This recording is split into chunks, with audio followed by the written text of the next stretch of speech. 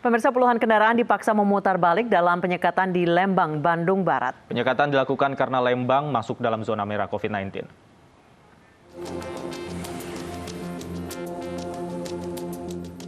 Petugas gabungan menggelar penyekatan di Jalan Cikole, Lembang, Bandung Barat, Jawa Barat. Kendaraan-kendaraan berplat Jabodetabek dan luar daerah diperiksa saat akan memasuki kawasan ini. Dalam waktu 1 jam, 30 kendaraan wisatawan diminta memutar balik ke daerah asalnya. Pada intinya wisata Lembang sudah ada edaran dari Bupati Bandung Barat bahwa untuk tempat wisata Lembang sudah ditutup sampai tanggal 22. Namun demikian kita antisipasi masyarakat luar Bandung yang belum mengetahui atas adanya penutupan wisata Bandung dan sekitarnya, demikian Bandung Raya. Penyekatan ini dilakukan sebagai upaya untuk menekan mobilitas warga yang akan berwisata ke Lembang. Terlebih, kini Lembang masuk dalam zona merah COVID-19. Dari Bandung Barat, Jawa Barat, Yuwono, iNews melaporkan. Sementara Kota Bogor, Jawa Barat kembali memberlakukan ganjil genap di akhir pekan bagi kendaraan dari luar kota. Ada 5 titik penyekatan yang dijaga gabungan TNI Polri, Satpol PP, dan Dinas Perhubungan. Pemberlakuan kembali ganjil genap setiap akhir pekan dan hari libur disebabkan angka COVID-19 yang kembali meningkat di Kota Bogor.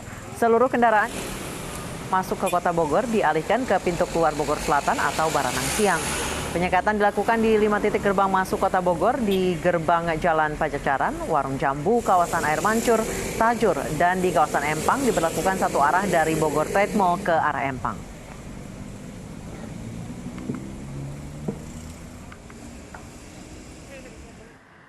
Gubernur Daerah Istimewa Yogyakarta Sri Sultan Hamengkubuwono ke-10 membuka opsi lockdown di wilayahnya. Kasus COVID-19 yang semakin meningkat sejak sepekan terakhir membuat PPKM Mikro dinilai tak efektif lagi.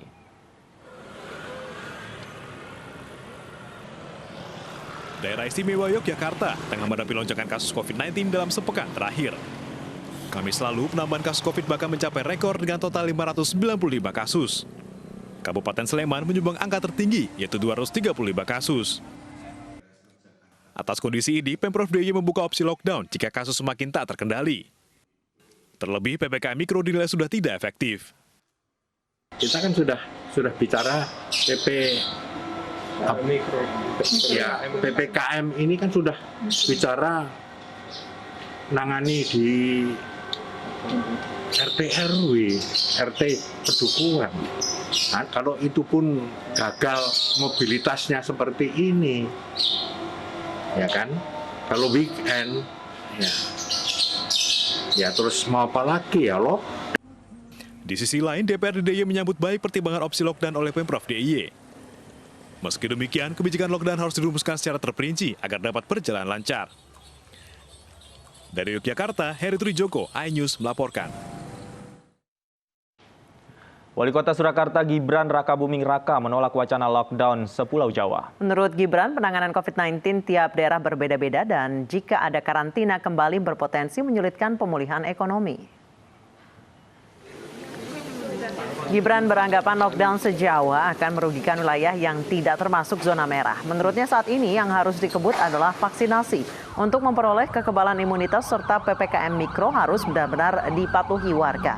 Sementara Kota Surakarta kini tergolong dalam zona oranye di mana penularan COVID-19 mulai terkendali. Gibran menambahkan saat ini di Surakarta memberlakukan pembatasan kegiatan masyarakat mikro berjalan baik dan jika karantina dilakukan se-Jawa, Gibran khawatir perekonomian akan kembali turun. Ya kalau lockdown se-Jawa ya itu kurang fair ya, terutama untuk kota-kota yang sebenarnya tidak zona merah. Nah, Solo ini kan sudah mulai dalam fase pemulihan ekonomi. Kalau di lockdown ya turun lagi aktivitas ekonomi. Ya dilihatlah, tidak bisa disamaratakan. Solo, Kudus itu. Sejumlah pasien RSUD Suwondo, Pati, Jawa Tengah terpaksa dirawat di teras instalasi gawat darurat. Rumah sakit sudah kelebihan kapasitas akibat lonjakan pasien positif COVID-19.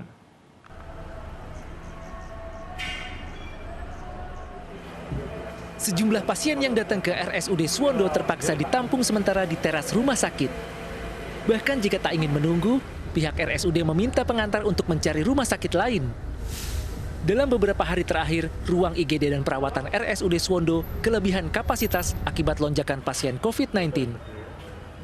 Selain terkendala ruangan dan peralatan minim, banyak tenaga medis rumah sakit yang ikut terpapar virus COVID-19. Kondisi ruang perawatan di Suwondo Pati ini saat ini ruang rawat inap penuh semua. Ini banyak pasien yang masih antri di UGD untuk mendapatkan tempat.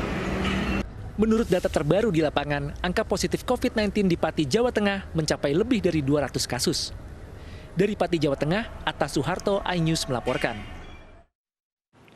COVID-19 varian Delta yang sudah masuk ke Indonesia dinilai sangat menular dan lebih mematikan dibandingkan virus corona biasa. Masyarakat diminta lebih waspada dengan menerapkan protokol kesehatan ketat seperti apa sebenarnya gejala terpapar virus corona asal India itu. Berikut informasinya untuk Anda.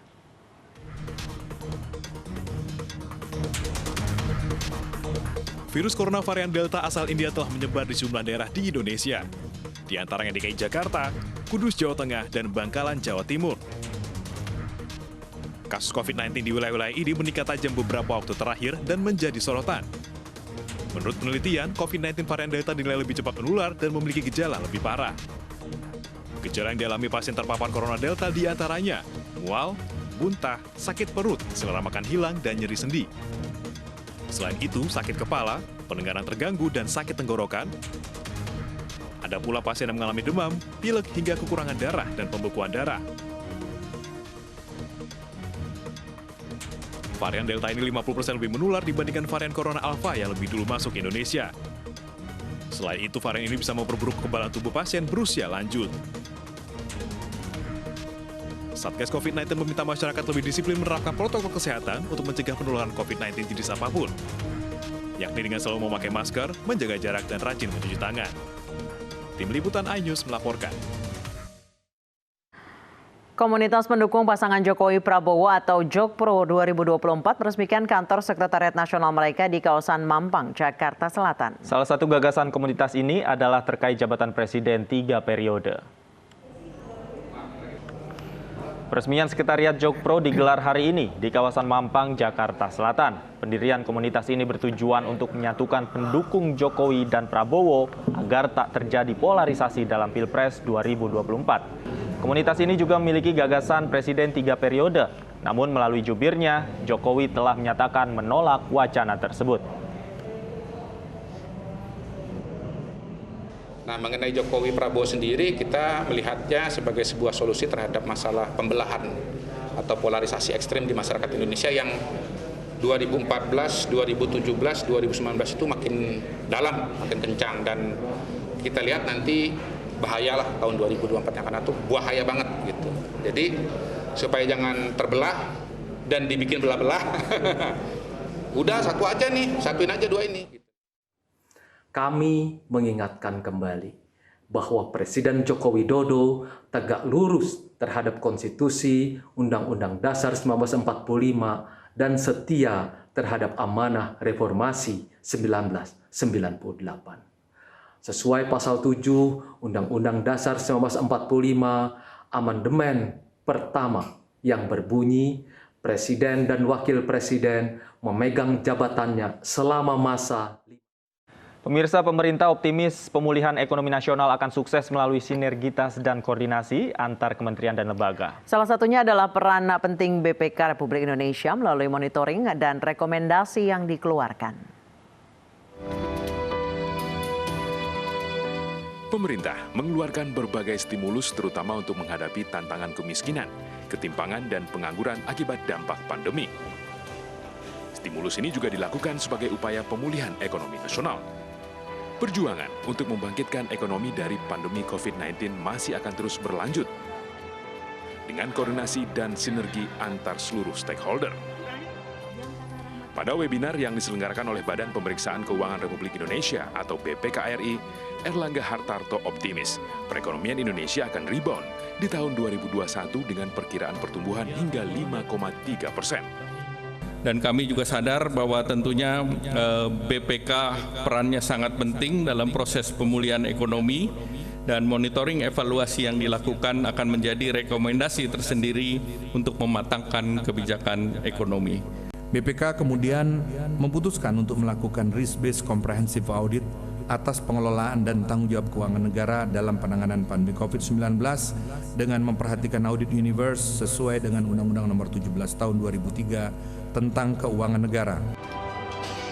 Pemerintah terus fokus dalam penanganan kesehatan yang disinergikan dengan kebijakan ekonomi untuk mendukung pemulihan ekonomi nasional. Tim Liputan iNews melaporkan.